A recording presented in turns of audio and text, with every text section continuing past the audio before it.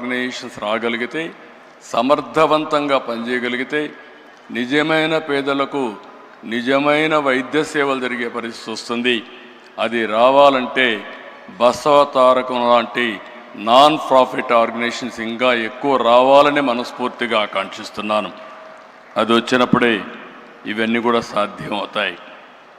ఇక్కడ ఈ సందర్భంలో నేను ఒక్క విషయం ఇక్కడ చెప్పాలి. ఎన్టీఆర్ వేసిన ఫౌండేషన్ ఇప్పటికే కొంతమంది చెప్పారు. మేము ఆయన ఆశయాల కోసం ఒక రాజకీయ పార్టీలో పనిచేస్తున్నాం. ఒక ఫిల్మ్ యాక్టర్గా బాలకృష్ణ గారు బసవ తారకం ఆసుపత్రిని బ్రహ్మాండంగా నడిపిస్తున్నాడు. ఇంకొక పక్క డాక్టర్ అయినటువంటి మా మిస్సెస్ భువనేశ్వర్ గారు ఎన్టీఆర్ మెమోరియల్ ట్రస్ట్ పెట్టి, ట్రస్ట్ ద్వారా తలసేమియా కానీ ఎడ్యుకేషన్ కానీ అనేక సేవా కార్యక్రమాలు చేస్తున్నారు. ఇవన్నీ చూసినప్పుడు ఒక వినూత్నమైన కార్యక్రమాలకు నాంది పలికారు. ఇద్దరు పిల్లలు కూడా కొడుకు తల్లి పేరు పెట్టుకొని సేవా కార్యక్రమాలు చేస్తే, కూతురు తండ్రి పేరు పెట్టుకొని సేవా కార్యక్రమాలు చేసే ఏకైక కుటుంబం ఎన్టీఆర్ కుటుంబం. ఇద్దరికీ డబ్బులు అవసరం లేదు. బాలకృష్ణ గారు ఈ సమయం పెడితే ఇంకొక సినిమాలో యాక్ట్ చేసి ఇంకొంచెం డబ్బులు వస్తాయి. ఆవిడ ఈ సమయం ఖర్చు పెట్టి నేరుగా పోయి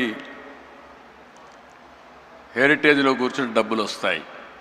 కానీ ఇద్దరు కూడా ఇక్కడ పేదలకు సేవ చేసినప్పుడు ఉండే ఆనందం అక్కడ వ్యాపారం చేసినప్పుడు కానీ యాక్టింగ్ చేసినప్పుడు వచ్చే డబ్బులతో కాదు.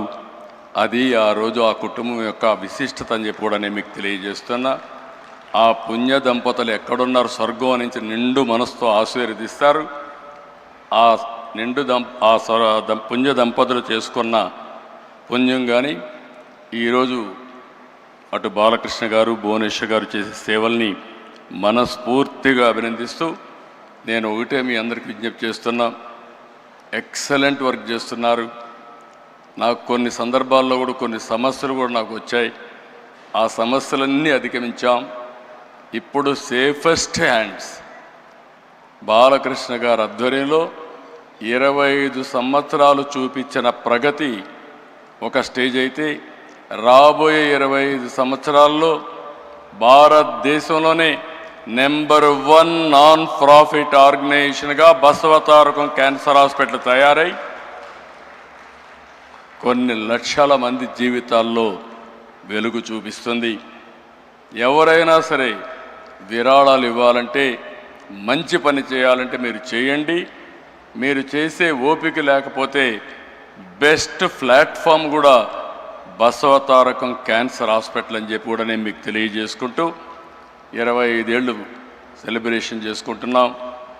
మళ్ళీ బాలకృష్ణ గారి ఆధ్వర్యంలో 50 ఇయర్స్ సెలబ్రేషన్ కూడా చేసుకొని ఈ వ్యవస్థ ప్రగతి కోసం మనందరం కూడా ముందుకు పోవాలని మనస్ఫూర్తిగా ఆకాంక్షిస్తూ ఈరోజు ఇక్కడికి వచ్చిన శ్రేయోభిలాషులందరినీ పేరు పేరున మనస్ఫూర్తిగా అభినందిస్తూ అందరికీ నమస్కారాలు.